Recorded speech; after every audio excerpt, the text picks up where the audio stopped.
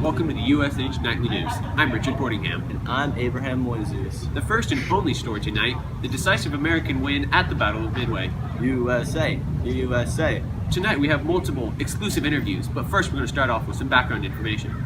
First of all, Midway refers to a small island in the Pacific, midway between Hawaii and Japan. Midway was an extremely important base because if captured, Japan would have a very western base far into the United States-controlled waters. After the attack on Pearl Harbor, America sought revenge, but the Pacific Fleet was severely crippled. Because of this, the United States wanted to be sure to avoid further loss before performing any military action on the Japanese. We now go to the field reporter Marcus Petersticks, who has an exclusive interview with Admiral Chester Nimitz. Thank you for coming on with us, Admiral. My pleasure. So, can you tell us a little bit more about how you broke the Japanese code? Well, obviously, I can't tell you everything, but we had a group of hardworking individuals on cracking the code.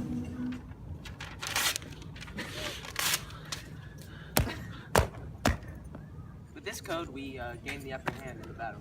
So, can you tell us a little bit more about the strategies you used? Of course. The United States was severely outnumbered.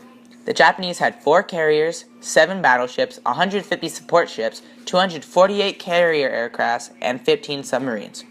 While on the other hand, the Americans only had 3 carriers, 50 support ships, 233 carrier aircraft, 127 land-based aircraft, and 8 submarines, what was left of the Pacific Fleet after Pearl Harbor. The Japanese attacked first, sending bombers to the island of the Midway. These bombs heavily damaged the land-based aircrafts. The American fleet was still about 2 hours from the island when this happened. The aircrafts from the American carriers were then sent off to attack the Japanese carriers. The Japanese carriers are hit by bombers.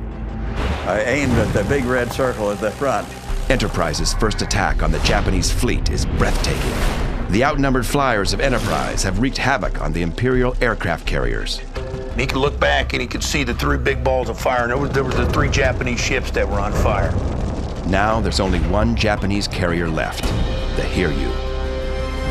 Just before 11 a.m., Hiryu launches its bombers, a retaliatory strike. The first American carrier that lands in the Hiryu bomber's sights is USS Yorktown. And 3 bombs make direct hits on Yorktown's flight deck. At mid-afternoon, a second wave of bombers arrives from the Hiryu. 2 of the torpedoes score direct hits on Yorktown's port side. The listing deck is a serious problem for Yorktown's flyers. The angle means the Yorktown's aircraft have no place to land. There's only one hope for the stranded flyers of Yorktown, the deck of Enterprise. In the end, the Japanese lost 4 carriers and numerous aircrafts. This gave the victory to the Americans, and they gained back control of the Western Pacific. Now back to you in the studio. Thank you, Marcus. This was a very important battle for many reasons. First of all, it helped stop Japanese expansion into the Pacific. For more information, we're going to San Diego State professor and historian, Dr. Johnson. Hello, this is Ned Flanders, and I'm here with historian Ezekiel Johnson, and we're going to discuss the Battle of Midway. Well, hello there, young man. I have a few questions for you about the Battle of Midway. Is that okay? Yes. So, was the Battle of Midway a costly one for the United States and the Japanese? Well, yes, it was. The Americans suffered around 30 casualties, while the Japanese suffered much more, around 2,500. Oh, that's a lot of people. So for my last question, what do you think was maybe the turning point or why the U.S. won the Battle of Midway? Well, I definitely think the ability for the Americans to crack the Japanese code was the major turning point in the war. Oh, that's very interesting. Now back to Richard and Abraham in the studio. Thank you, Ned. In conclusion, the Battle of Midway was an important victory for Americans and turned the tide in the Pacific theater. Thank you all for joining us. Until next time, I'm Abraham Moises.